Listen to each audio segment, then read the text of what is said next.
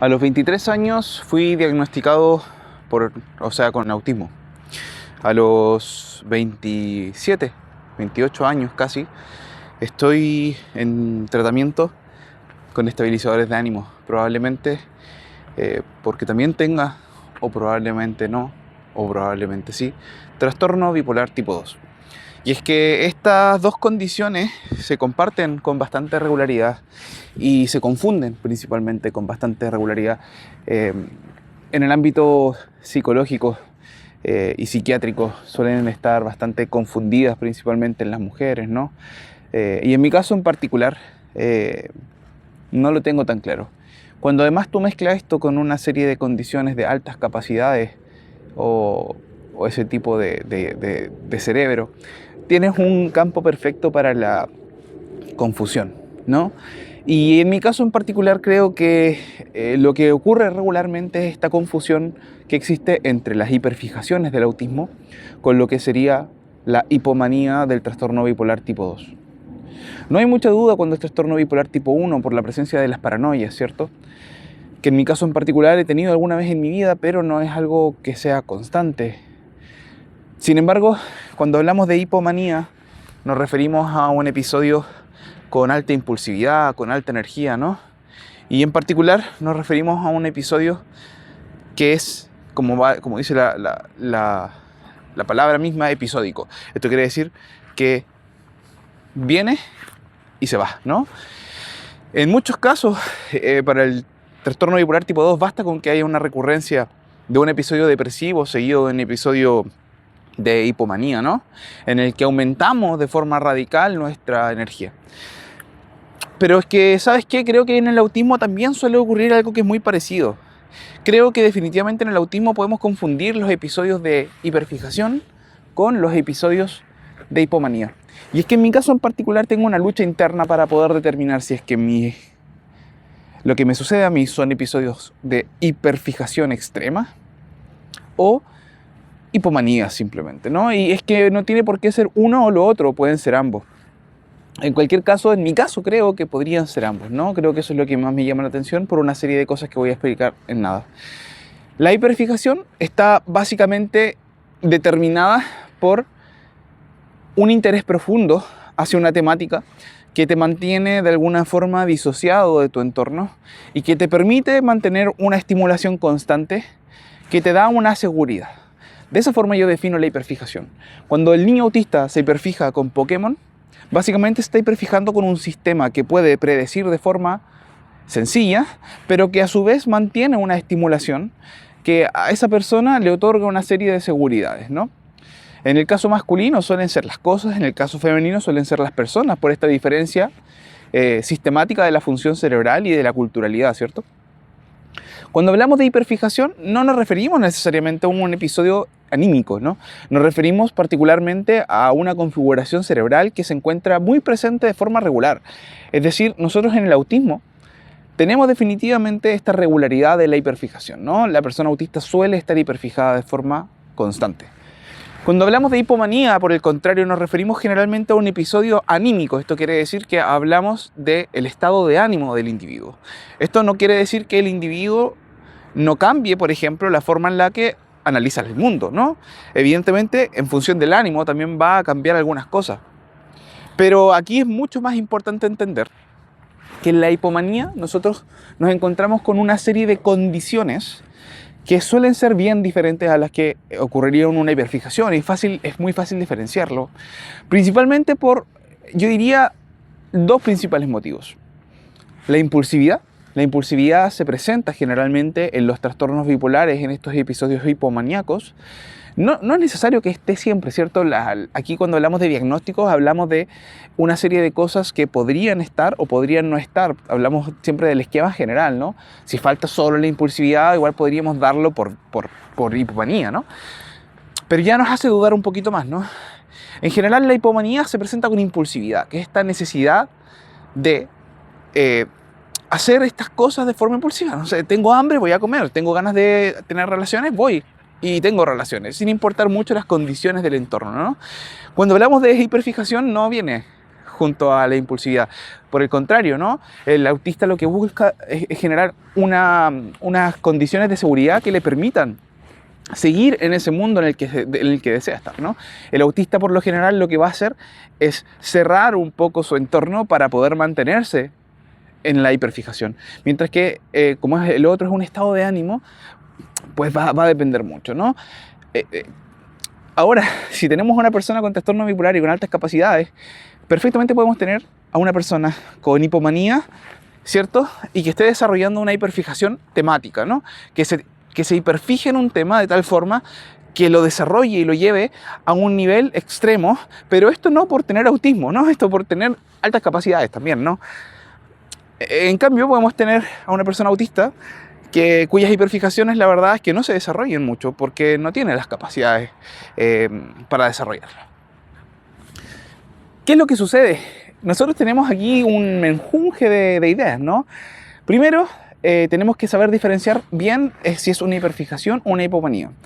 El tema es cuando se presentan cuadros como, por ejemplo, tener todas las condiciones de un trastorno bipolar, cuyas cosas más graves, por decirlo de alguna forma, suelen ser los episodios de grandeza, ¿no? Estos delirios.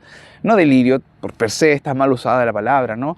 Pero cuando me refiero a delirio, hablo básicamente de un episodio donde el individuo aumenta su yo interno y lo lleva a un punto de exaltación donde esta persona llega a percibirse a sí misma y lo que está haciendo como trascendente, ¿no?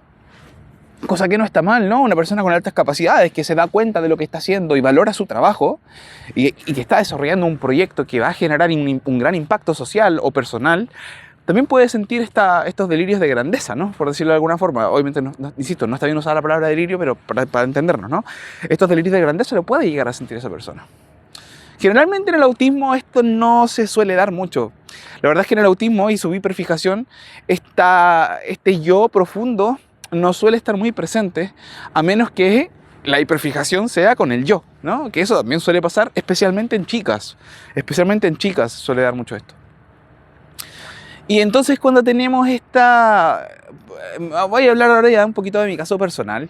Cuando tenemos estas condiciones hipomaníacas, donde presentamos un poco estos delirios de grandeza, donde presentamos estos estados de ánimos profundos, donde presentamos esta aceleración cognitiva, donde presentamos muchos otros tipos de factores que son especialmente vistos en la hipomanía, nos encontramos con una complicación, porque en mi caso en particular yo no tengo esa impulsividad. Para mí eso es lo que me hace dudar, ¿no? del diagnóstico de la hipomanía. Y me dice, oye, capaz que simplemente una hiperfijación muy fuerte y pues debido a las condiciones de tu vida, tú fuiste desarrollando una mente cuya estimulación principal proviene de sí misma, ¿no? Y de sus pensamientos.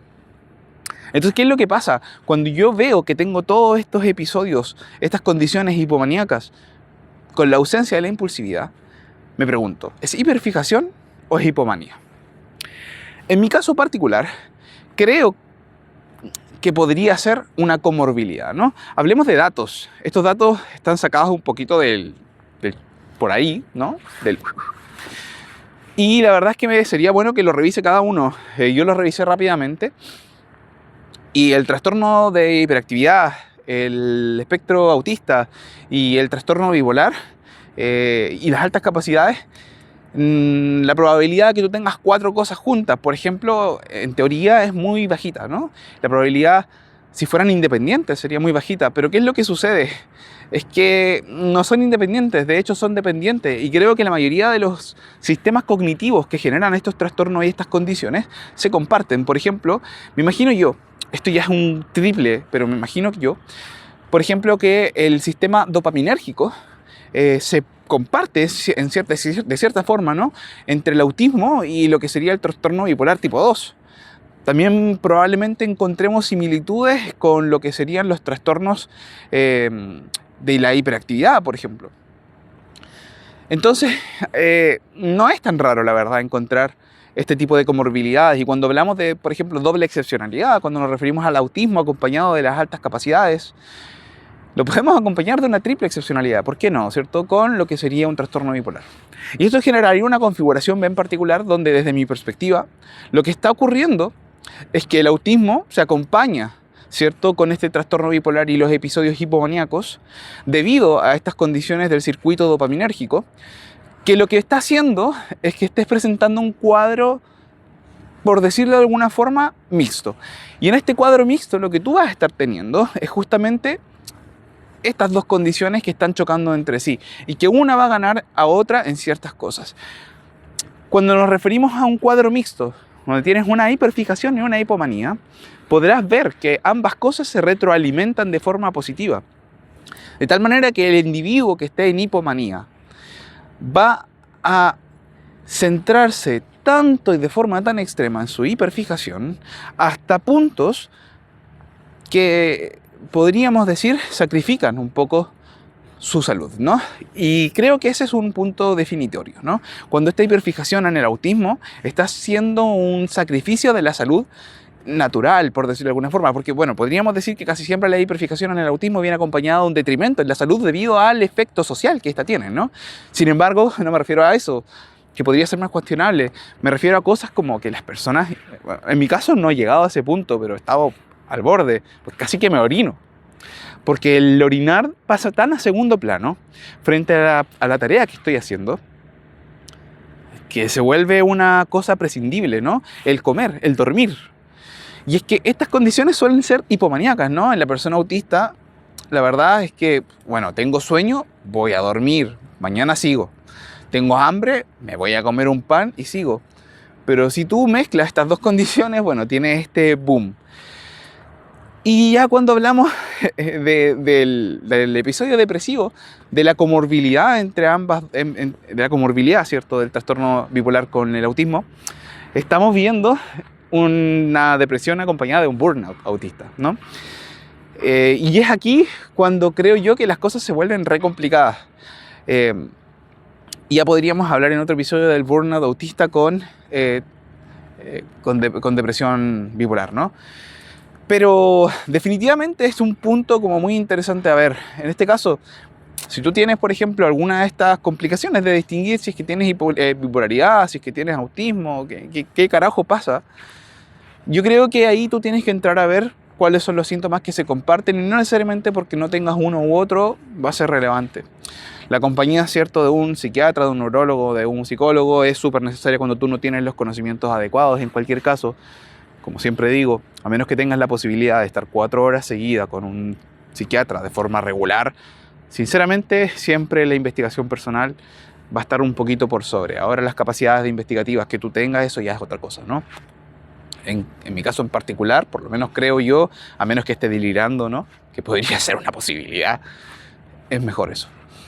Así que ese es el aporte de hoy y seguimos comentando.